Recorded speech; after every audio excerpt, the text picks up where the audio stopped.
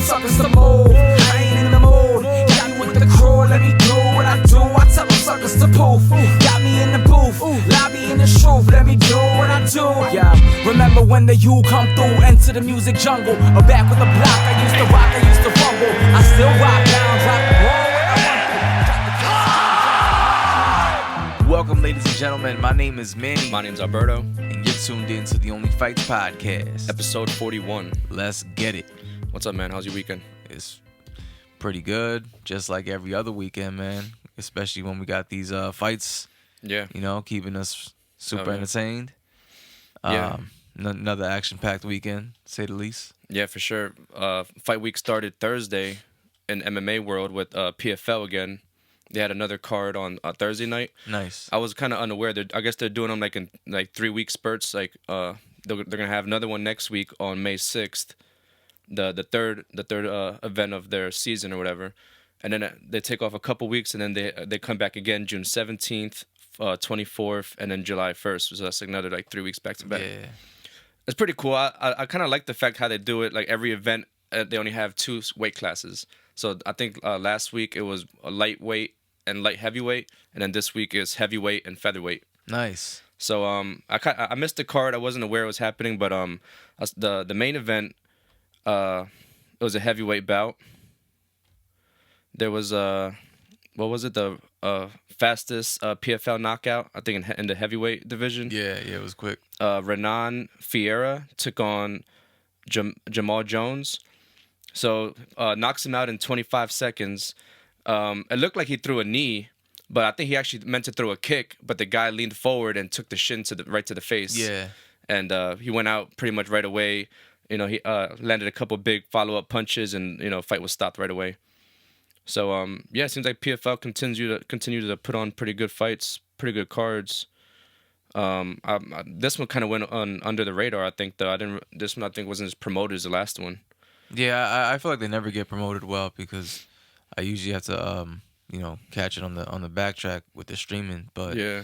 I mean, last week I give them a little bit more credit. I think last week, I was aware of that fight, that was gonna happen with Jeremy Stevens. Yeah.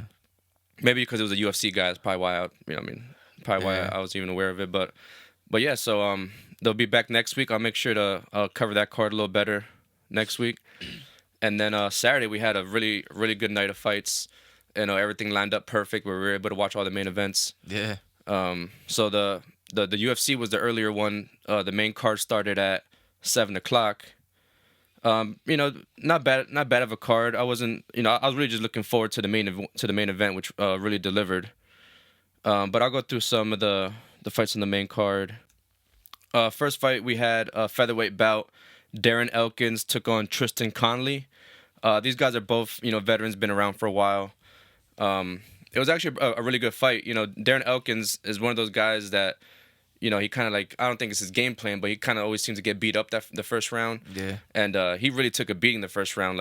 And Conley, completely emptied the gas tank in that first round. Had him hurt multiple times, was hitting him with everything.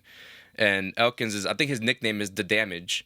And okay. Yeah, he just took all the damage.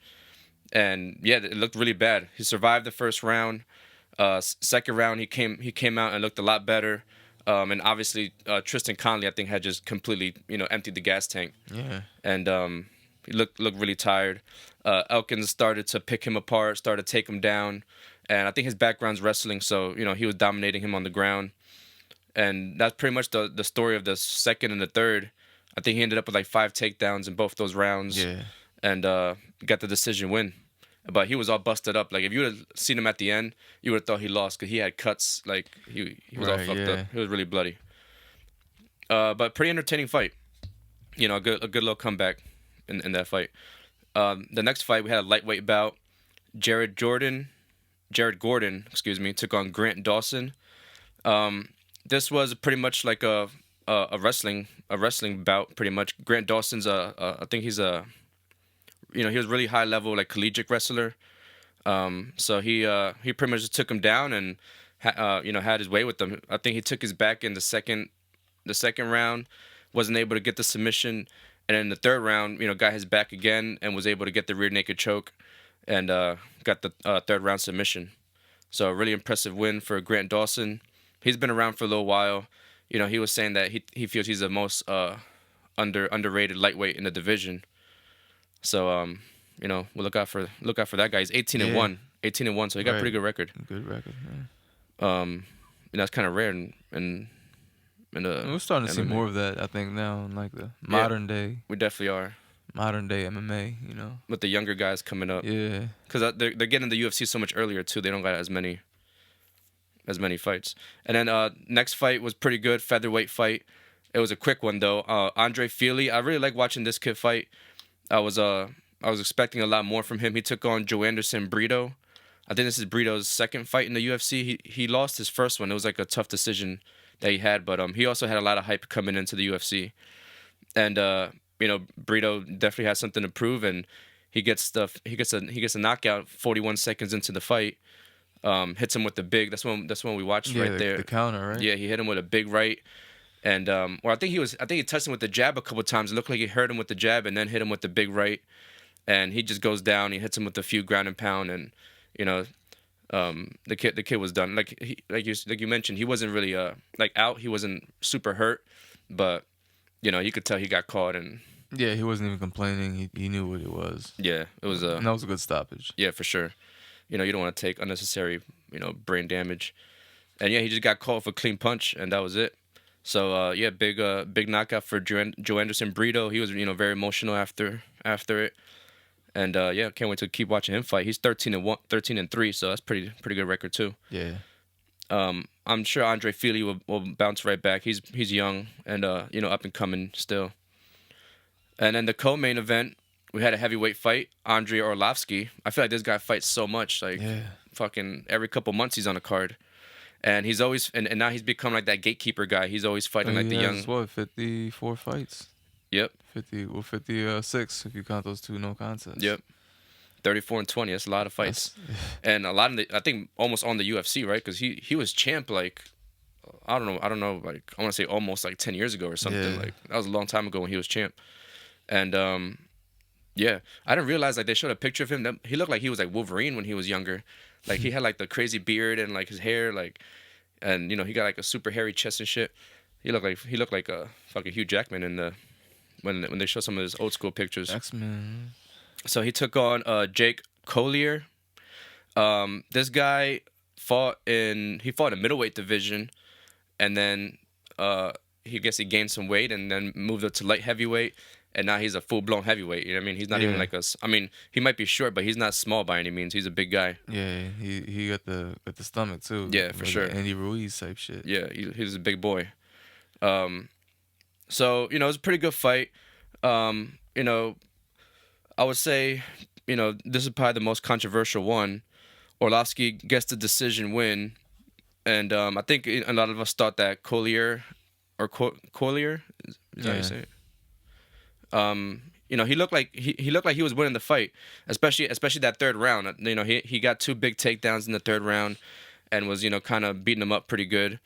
And I don't know what did you think? Like, yeah, I mean, I couldn't watch the fight 100% because I was going back and forth with yeah, I guess that's what it was too. I think the Liam Smith fight was on, but every time I looked up, it definitely looked like Jake Collier was like getting the better of the fight. Yeah, for sure. And then even like just body language, it just didn't seem like Arlovski was in this fight. Yeah. So plus like you said in that third round, it was a really dominant round for Collier. So. Yeah, I mean, I felt like maybe there was just something that I missed. Yeah, that might have been it because I also don't remember watching the first round very closely, but even just looking at these stats, man, it's very close. Yeah, for sure. 105 to 178. Yeah. Total strikes for Arlovski and 132, 231.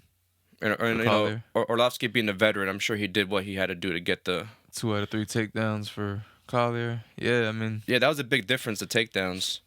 But even when they announced the decision, I think Arlovski even looked a little surprised about that one. Yeah. But, he gets the win, so, big win for him. It's a thing in combat sports. Obviously, it happens in boxing a lot, but, yeah. It's judging, Yeah, I know Collier was upset about it. I think he walked out of the octagon. He wouldn't right away. Didn't even let Arlovski give him congratulations, anything. Yeah. So yeah, that was a co-main, and then the main event, man, it really lived up to the hype. Rob Font took on Chito Vera, number 5 versus number 8 in the bantamweight division. You know, Rob Font coming off of, I mean, he lost his last fight. He lost to Jose Aldo, but before that, he was coming off like four big wins. Yeah. And Chito coming off the big win of the knockout win of Frankie Edgar. So this is a really big fight. And man, Chito really doesn't make it easy on his fans, man. He knows how to fucking give you a heart attack. Yeah. You know, first round, you know, Rob Font looked really sharp. And Chito's one of those guys that, like, I think his strength is like his mind. You know what I mean? Like his mind state. He's not really the most like athletically gifted, or, you know, he don't got like the most skill, you know, you could say, but that guy's fucking tough. Yeah. And I think it's like what I meant by like gives you a heart attack is like I think he relies on his chin a little too much, man. That first round, he was getting hit, and Rob Font is pretty big for that division. Oh yeah, he actually missed weight. On top of that, he missed weight. Yeah. But Forgot about that. I thought that was kind of a good thing for Chito, though. I think that showed that Rob Font probably had a really tough weight cut. I even watched the video when he went up on the scale. He like stumbles getting off the scale. Like he didn't look good. He was 2.5 pounds overweight and looked like he didn't. It looked like it was a bad weight cut. So right when I saw that, I was like, all right, you know, I think Chito, you know, got a way better chance now. But Rob Font looked really good, man. He looked really sharp, and he hits fucking hard, man. He was touching him up.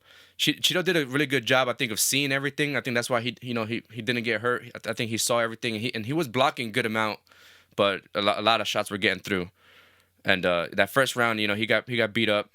I mean, he never seemed hurt at all. He seemed always confident and was moving forward, very composed. Yeah. I think that's what was most impressive this fight, like his composure. You know, he showed maturity, like didn't get over, you know, I mean, didn't go crazy trying to get the finish, which he had multiple, you know, opportunities. So first round was definitely all Rob Font. Second round was pretty much the same than the beginning of the round.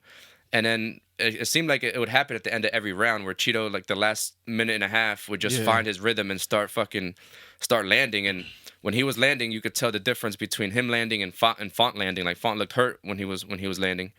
And then right towards the end of the second round, Chito drops him with like a check left hook. And jumps on top of him, hits him with a couple big elbows. You know, Font's able to, you know, scramble and survive, and gets saved by the bell. And then, you know, third round comes, and Rob Font seems to bounce back pretty good. He seems to recover, and, you know, starts having a pretty good beginning of the third round. Again, looks sharper, looks more technical, is hitting Chito a lot. You know, his jab was landing like all night long. Chito was eating the jab all night, but kept moving forward, kept putting the pressure on him.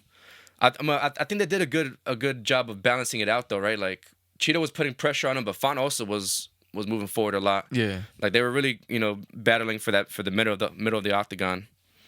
And then the same thing at the end of the third, Chito, you know, starts finding his rhythm again and lands a flying knee, drops Rob Font again, and I think this is the time that he doesn't jump on top of him. He kind of is like, you know, just standing there kicking him. With him. Yeah, just kind of like looking at him and just kind of enjoying. It kind of looks like he's just enjoying, like, you know, breaking him. Like, yeah, it's, you know, I think that's what he said in the beginning of the fight, that he just wanted to break this guy. It looked like that's really what he was trying to do. And like I said, just showed patience. You know, he's fully aware this is a 5-round fight, and I think Chito was, you know, this is his first main event, first time fighting 5 rounds. And I think he wanted to fight all 5 rounds. Yeah, you know what I mean? Like I think he wanted to show that.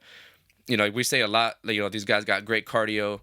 Like, you know, the Chimaev thing, we thought he had, you know, he never gets tired. He had that whole thing about him, and then we definitely saw him get tired. Yeah.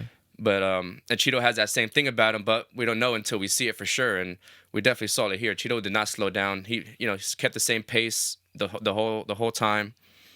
And then fourth round, you know, Chito definitely is doing. I mean, it's almost the same every round where Font comes out looking pretty good in the beginning of the round. He kind of comes back. I think he's, you know, I know his coaches told him in the first and second, after the first or second, to, you know, take a little bit off his punches, stop trying to take his head off. But I kind of think that's what you have to do. Like, you don't want to, if he's walking through your power punches, like, if you just try to touch him, I don't think that's gonna affect them at all. Yeah. And it was crazy, like just the way they looked, right? Like Cheeto was taking so many hits to the face, and had some redness on his nose, and that was about it. And Rob Font, like by the third round, his face started looking really bad. Yeah. I think it was the end of the fourth round. Same thing. Cheeto hits him with like a spinning back kick right to the fucking face. It sounded so loud. It sounded like he broke his face. His foot landed flush on his face, and it sounded like he broke his face. Rob Font falls down, and Cheeto again. I think this time he jumps on him a little bit, but is saved by the bell again. And in the fifth round, Cheeto just really playing with him, just kind of showboating a little more than I would have liked to see from him. Like I think he should try to get the finish, but you could tell he was a way fresher fighter in that fifth round. Like he was, the ref had to push him back every time. He was just trying to get at him right away after every round. And so, he showed that, he looked like he was ready to go another 5 rounds after that. So he gets the decision win, unanimous decision. Yeah, really impressive. Super impressive performance by Cheeto. He got really emotional after the fight. Like, his story's really cool. Yeah, man, really impressive. Yeah, Rob Font. Family came in the ring, right? Yep. Afterwards, and that was nice, man. He had his parents there and everything, all his kids and his wife. It was really cool. And Michael Bisping is actually like his one of his training partners. Well, not training partners, but I guess they're like teammates. I guess because they had the same head coach, and I always see Bisping in there with them in training and shit. So yeah, man. So Cheeto goes up to I would say at least number 5 because he was number 8. Rob Font was number 5. And it's all killers from there up. So, you know what I mean? And he pretty much said, give me anybody at, 2, 3, or 4. Yep. And, I think that was perfect, man. You got Sandhagen up there, Dillashaw, and then Peter Yan and Aldo. Aldo is the... Aldo, yes, that's right, Jose Aldo. And then Aljamain Sterling is the champ. I'm sure he would love to get that Jose Aldo fight back. You know what I mean? Especially in the 5-rounder. He actually said in the post-fight conference that Aldo had turned down when they agreed to fight Cheeto and Jose Aldo. He said that the first offer was a 5-round main event, and Jose Aldo turned that one down against Cheeto and preferred to take a 3-round fight against him. Got it. Which is like some veteran shit. Like Jose Aldo, I think I think he knows like. Yeah. I don't want to go 5 rounds with this guy because he barely he beat him in 3, but. It was a really close fight. It was kind of like a mistake that Cheeto made, and Aldo, being a veteran, just capitalized on it and got the win. So I'm excited to see Cheeto fight again. He's one of those guys that stays ready. He's training year round. Like he doesn't have no off time, pretty much. So hopefully we see him back in there again soon. Yeah, it's gonna be exciting. And that was pretty much it for the UFC fight. Yeah, it was a good card. Really, really fun fight. Really lived they up. lined it up to end right when the top rank card started. Yep. You know what I'm saying? And then they even because I kind of criticized them on not promoting it, like how Showtime would promote, like if you're watching Showtime boxing, it would promote like Bellator and vice versa. And I kind of criticized like ESPN for not doing that with Top Rank and UFC. And I feel like last night was the first time they when they did that. Yeah. So I was like, word, I don't know if they listening, but maybe I'm just speaking into existence, They should even be saying it. The commentary should be like, all right, now make sure you tune into, the ESPN card. Yeah, well, they did. I think that's exactly what they did. When they closed out the UFC card, they're like, and up next is Top Rank Boxing. You know what I'm saying? Yep. So, it lined up perfectly. As far as the zone, that's his own thing. But I think they also did a great job lining up with, in terms of the main events. Yep. Because the main event for the zone ended right before the main event of Top Rank started. And the zone main event didn't start till right after the UFC main event ended. True. Yeah, that's right. Everything lined up perfect. Yeah, that's facts. So let me run through that DAZN card then. It's pretty good. You had Franchon DAZN outpointing Elon Cedros to become undisputed at women's super middleweight. So that's like a step above like Clarissa Shields and them. Yeah. A lot of undisputed in the middle in women's boxing. Yeah. That was 2 fights right there. You know what I'm saying? Liam Smith, he stops Jesse Vargas in the 10th. Very thrilling bout. from two like seasoned fighters, who I think you can say like their best days are behind them, but it was a fun fight. Sometimes those are the best fights. Yeah, the good matchups. Like Gotti Ward, and that is a fight that Jake Paul used to describe the main event, and I'm not mad at that, man. That was a classic, man. That they showed out, man. So it was the first women's main event to headline Madison Square Garden. From what I gathered, it broke like pre-sale ticket records. Mm-hmm. They had to, I think, install more seats. You know what I'm saying? It was a very big event for boxing in general, and for it to happen in women's boxing, man, that's saying something, man. Yeah, for like, sure. Talk about changing the game, man. But anyways, a classic fight nonetheless, man. Let's get to it. Katie Taylor taking on Amanda Serrano. I thought that Katie Taylor did well in the first couple rounds. Yeah. As Amanda Serrano was stalking her, walking her down. She was fighting really well on the outside, countering her and outboxing Amanda Serrano. Somewhere in the fourth, things start to pick up for Serrano. She starts to land more shots. And in the fifth round is where she really starts to dominate. That's when she has Katie Taylor up in the corner, and she's really landing hard shots, 1-2s, and they would fight in the center of the ring, and she would catch her with an uppercut, and really hurt Katie Taylor. I thought she was gonna go out, and it was really quick, those rounds, man. They were just going so fast, and of course, like in the fifth round when Katie Taylor was hurt, she manages to survive, but the big question there is like, would she have survived a whole nother 60 seconds of an onslaught? I don't think so. Yeah. And if you remember, I believe Amanda Serrano requested 3 minutes for this fight, and Katie Taylor didn't want that. Also 12 rounds instead of 10. Yeah. Until they change that, that's just what it is, and that's just what it is. So, in the sixth round, Serrano puts on another great performance, but then towards the seventh, eighth, and really to the rest of the fight, things start to pick up for Katie Taylor, and really starts to even it out. And on my scorecard, I gave each fighter 5 rounds, so I had it a draw. But like I said, I really thought that just like getting the hometown decision, that was for Amanda Serrano, and I thought that she would get that. I thought the judges would favor her. Yeah. In close situations such as this one. I was wrong. I was wrong on that one, but I wasn't wrong on this being the fight of the night. Could potentially be fight of the year. Yeah, for sure. It was an absolute war, instant classic, and like Jake Paul said, man, Gotti Ward, because that was a 10-round fight. Mm-hmm. So, I was a little upset, man, when they gave it to Katie Taylor, even though I'm not disputing that. Like I said, I had it a draw, so it could have went either way. But great fight nonetheless. Even Amanda Serrano was very humble in defeat.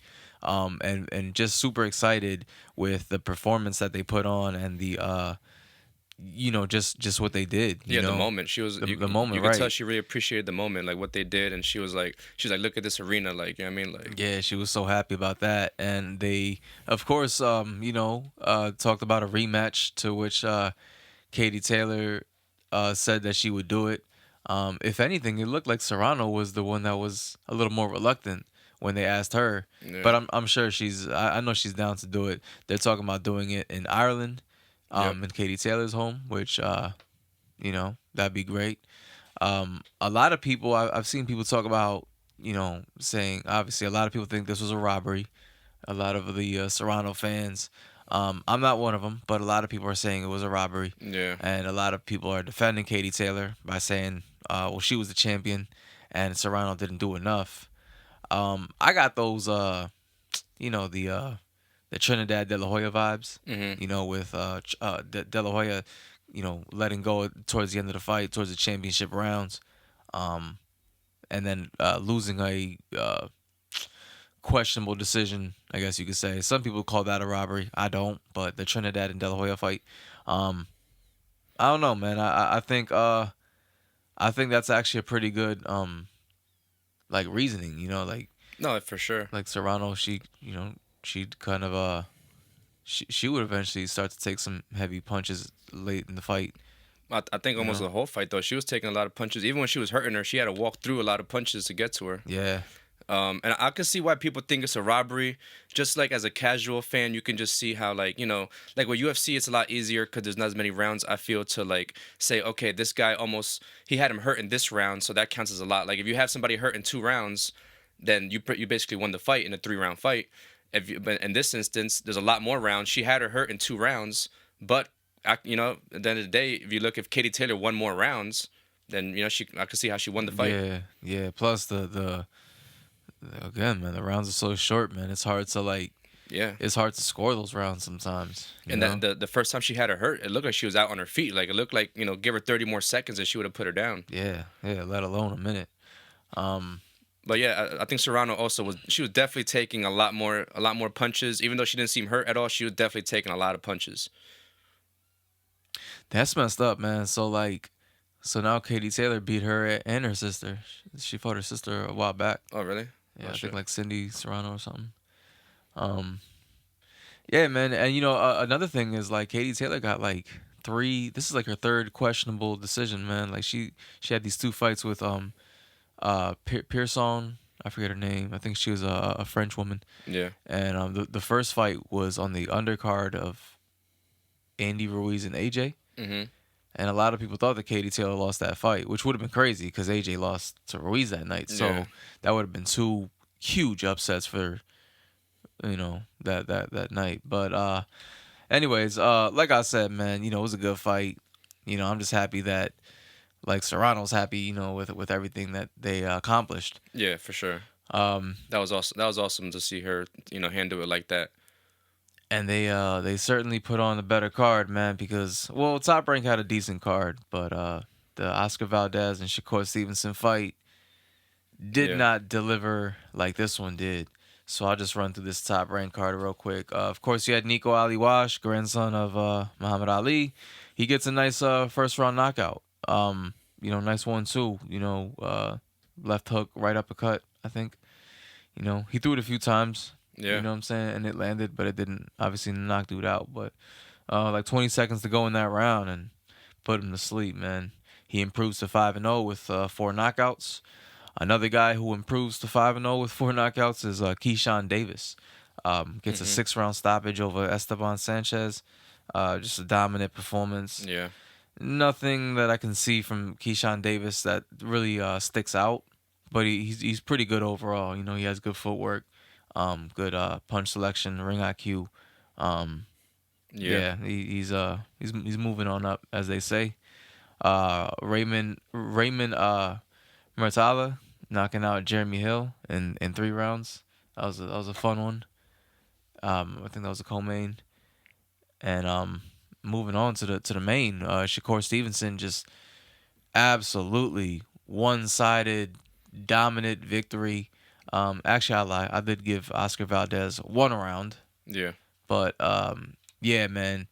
Shakur Stevenson, he's a very slick fighter out of Jersey, taking on Oscar Valdez. These guys were both undefeated, champions at 130, unifying, and Shakur just made it look easy. Yeah. He told Valdez before the fight, you're gonna have to crack the code, right?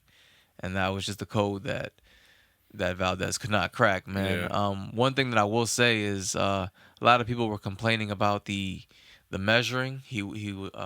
Shakur Stevenson was measuring with his arm, which is basically like he's putting his arm out to see how the distance and all that stuff like that. That's one of those weird things where it's like if the referee allows it, you know what I'm saying? There was that weird moment in like the 4th or 5th when Valdez just kind of like grabbed his hand and pushed it. Yeah. Because he was leaving it there. Like a lot, you see that happen a lot where they put it out and they bring it back, but he was like leaving it there. Like yeah. I mean, you could have hit him. Yeah. That was my biggest thing. I'm like, that was your perfect time to land the nice, especially when Shakur looked at the ref to complain. And you know, Yep. once your mouth is open and you get hit, that's like an instant jawbreaker right there. That was a moment I think that he kind of made a mistake to not capitalize on, because that was a perfect opportunity right there. But yeah, I mean, just a beautiful performance by Shakur Stevenson. You could see the frustration in Oscar Valdez and in the camp of Eddie Reynoso's, like Yep. forgetting to give him the mouthpiece in like the third or fourth round. Yeah. Things like that, small things like that. You could tell that's just like frustration and like lack of faith, man. Yeah, and I have no answer for for what was happening. Right. He looked good in the beginning. I mean, he was moving a lot. You know what I mean? Like, I think his head movement was good. He was getting low. You know what I mean? But Shakur Stevenson looked really big for that weight class too. He looked a lot bigger, and his speed is crazy, man. His head movement, the way he was getting out of the way of punches so fast. Yeah. Really impressive. Yeah, they're talking about him being the next great. The next like Floyd or whoever. Yep. But and I kind of was worried about that. I think I alluded to that in the last episode. Like, this fight might not be the most entertaining. Yeah. But there was a big so in the he gets the decision. I'll be honest, I didn't even stay for like the judging. I was like, unless a highway robbery happens, this guy clearly wins the fight. Yep. He proposes to his girl, Shakur Stevenson. Yeah, that was cool. That was nice. And then in the post fight, in the press conference rather, there was like a big fight, like, commotion, and apparently like his mom got into it, Shakur Stevenson's mom, and there was a video on YouTube. It was like a 30-minute video, like and most of that 30 minutes is like these guys like backstage, like just bunch of tussling going on and fights, and you can see all the security getting involved, and they're telling people to back up, and I'm just like, damn, man, that should look crazy, that, and it happened on Stevenson's camp. Yeah. On like this guy just unified in his division, and that's crazy. Great performance, and all of a sudden some crazy shit happened. That's nuts. Yeah, man, but that is the fight game, man. Yeah. That was it was fun though, man. Like, again, the Stevenson Valdez fight, not so entertaining just because of how one-sided it was, but yeah. All in all though, a lot of knockouts, a lot of a classic fight in for sure in Madison Square Garden with Katie Taylor remaining undisputed, like in the lightweight division. Yep. And I do hope they make the fight in Ireland happen, because Eddie Hearn was saying how, like, she's been, she's like one of the biggest fighters out of Ireland, and she's never fought in Ireland. So yeah, I think she should definitely get that chance to fight at home. Yeah, and I'm sure it'll be great. I don't know what time that would be for us. That might be a really weird time if they do it, which they probably will for their time zone and not ours. But So Eddie Hearn's promotion is Matchroom. That's his, right? Yeah. And is he like exclusively with the Zone or no? Yeah. Okay. He's exclusive. Like, his fighters are exclusive with the Zone, man. But he be like he don't care. Like, he'll let him fight. Yeah, he kind of makes shit happen, right? That's what it seems like. I like dude, man. Yeah, I seen him on Ariel Helwani. I don't know if you saw it, but he was on Ariel Helwani last week. Yeah, I didn't like that. Go ahead. My fault. I mean, I thought overall the interview was good. You know what I mean? Obviously, Ariel Helwani like doesn't like Dana, so like he kind of tries to like set him up with like. I didn't like that. I knew he was gonna bring that up, man. That was type trash. Yeah. But I like how he handled it, Eddie Hearn. For sure. He said he was talking about how he wants like the Zone to be like the UFC of boxing or whatever, and that's kind of what we want. Like, we want somebody to be able to make decisions the way Dana White can make decisions for the UFC. Yeah. Eddie Hearn, like with the fighters that he has and shit, yeah, he be doing that, man. And they help each other out. Like obviously they're friends, Dana White and Eddie Hearn, and I'm sure they share things and trying to help each other out and shit, and you know what I mean. Hopefully we get more fight nights like last night where, like we said, all the fights line up and we can watch everything, and there's not main events going on at the same time. Like, I'm kind of nervous for next week. Yeah, Yeah, because we got 2 big pay-per-views next week. Canelo taking on Dimitri Bivol on Dazn. Yep. Also the UFC. UFC 254. No, 274. Yeah. Yeah, so it's going to be interesting to see how that lines up. Yeah. Hopefully everything works out. I'm sure it will. Worst case scenario, man, and the beauty of these streaming services is you can always just run it back. Yeah, pause it and wait for another fight to finish. Yeah, just gonna have to stay off social media. But and then the cool thing about that is when you do that, you could skip through the in between rounds if you're not interested in. Yeah. Especially when they show commercials and shit. But, yep. A week after that, you have Jamel Charlo rematching Brian Castano. That's going to be for undisputed in the 154-pound division. Week after that, 2 weeks after that, Gervonta Davis taking on Rolly Romero. Did you see what they put for the undercard? No, what was it? Arislan Dilar versus Spike Sullivan. I forget that guy's name. It's atrocious, man. I'm like, this card gets worse and worse. I'm not interested in that, man. That's crazy. I'm gonna check it out, but I'm not interested. And then George Kambosos, Devin Haney, that's one I'm interested in. Yeah, for sure. Usyk, Joshua, that's coming up. I read that Loma's like staying in Ukraine like indefinitely for now until. Yeah, he seems to not wanna. Yeah, good for him, man. Yeah, I mean that's dope, man. That's crazy. David Benavidez taking on David Lemieux. That'll be May 21st, so that's coming up. That could be a potential setup for, hey Canelo, look at me. Yeah. Right. That's what everybody wants to do here. Stefan Fulton taking on Daniel Roman on June 4th. That's a good fight. In a way, taking on Donaire, that's a rematch. The first one was great. Yeah. June 7th, that's going to be in Japan. That's going to be an early morning fight if you're interested. A good sleeper fight, I think, is Artur Beterbiev taking on Joe Smith Jr. June 18th, ESPN Plus. And that's going to be in Joe Smith's backyard in New York. So it should make things a little more interesting. Yeah. The return of Mark Maxio taking on Ray Vargas, July 9th. Got some good fights coming up in boxing. I know you said UFC, the pay-per-views next week. Yeah, 274, Charles Oliveira and Justin Gaethje for the lightweight championship. You know what I mean? That should be a really good fight, man. I can see that one going either way.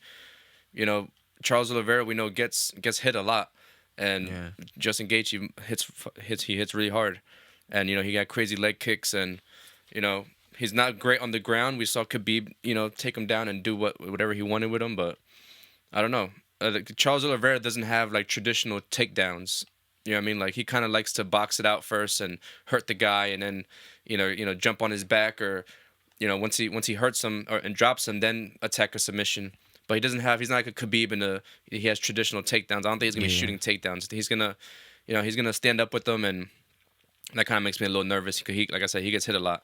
And, I mean, he's shown that, he can take it, but, you can only take it until you can, and then that's it. And then the co-main is Rose Namajunas and Carla Esparza. That should be a good fight. I think Rose, probably beats her pretty easily, I think. Especially, showing her how her wrestling has improved against Zhang Weili in that last fight. I think Namajunas will win pretty easily, and then probably the most exciting fight on that card is gonna be Tony Ferguson and Michael Chandler. How long has it been since Ferguson's fought? I think since he lost to Oliveira, it might have been. It's been a while. Yeah. He took the beating from Justin Gaethje, and then I think Oliveira beat him, and then Oliveira got the title shot. And he hasn't fought, so it's been at least I want to say a year and a half, maybe almost 2 years. And I think he kind of needed that time off. I think he kind of took a couple big beatings, like pretty close, together.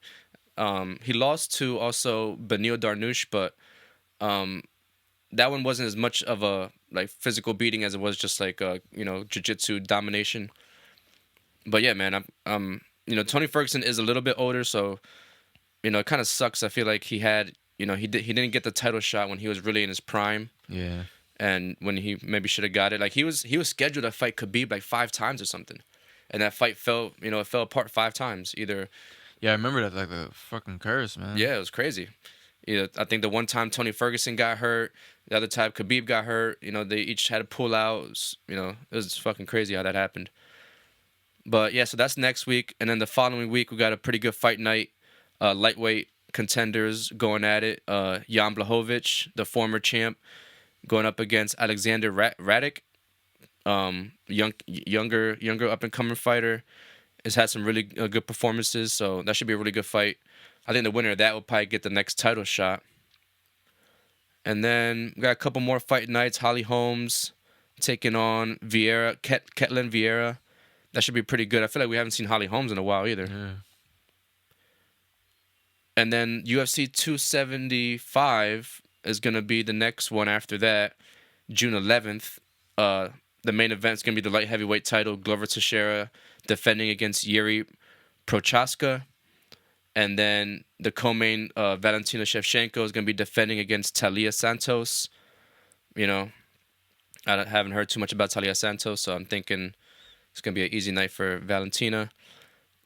Robert Whittaker was supposed to take on Marvin Vettori, but Robert Whittaker pulled out because of an injury, which I always think is weird when they pull out for injury like so far out from the fight.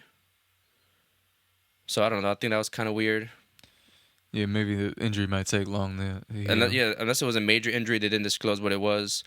But also just added to that card is going to be Joanna Jędrzejczyk is coming back after, she took another long layoff. Might be like a year and a half, 2 years as well. She's coming back against Zhang Weili. Their first fight was an instant classic, so I'm really excited for that fight. So yeah, man, like we always say, lots of fights coming up. Mm-hmm.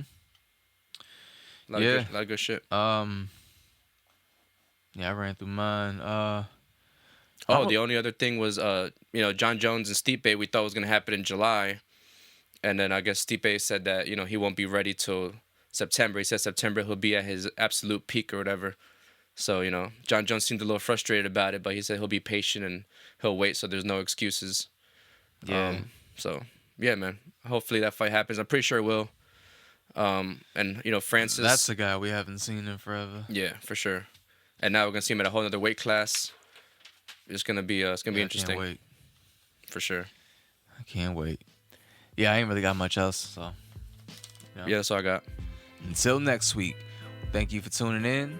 Once again, my name is Manny. My name's Alberto. This is the OnlyFights Podcast, and we out. Peace. Peace.